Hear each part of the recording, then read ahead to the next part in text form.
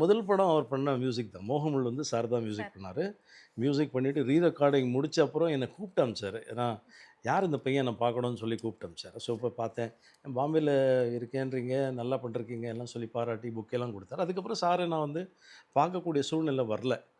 மறுபடியும் இதே மெனக்கெடல் தான். அது திடீர்னு அந்த மாசம் என்னாச்சு தெரியல. பிப்ரவரி மாசம் வந்து உங்களுக்கு ஒரே இத லக் இவர மாசம். பார்த்துட்டு அப்புறம் சார பார்க்கணும். ஏன்னா 30வது வருஷம் மோகமுல்லோட 30த் இயர் 30. இந்த இயர். ஸோ சாருக்கு ஒரு நன்றி சொல்லலாம் அப்படின்னு சொல்லி சார பார்த்து ஒரு அப்பதான் அவர் அந்த இது சிம்பனி முடிச்சுட்டு வந்திருந்தாரு. ம், ம். ஸோ அதுக்கும் ஒரு நன்றி சொல்லிட்டு, நீங்க பெருமைய சேர்த்துருக்கீங்க நாட்டுக்கு அப்படின்னு பேசிட்டு, சால்வைய போத்துட்டு ஒரு ஐ கேவ் ஹிம் மோகமுல் 30ன்னு ஒரு சின்னதா ஒரு சைட்டேஷன் மாதிரி சாருக்கு குடுத்துட்டு வந்தேன். அதுவும் அற்புதமான விஷயம். பட் சார் வந்து அ ரஜினி சார் பேசுற அளவுக்கு இளையராஜா சார் எப்பவுமே பேச மாட்டாருன்னு எல்லாருக்குமே தெரியும். தெரியும்.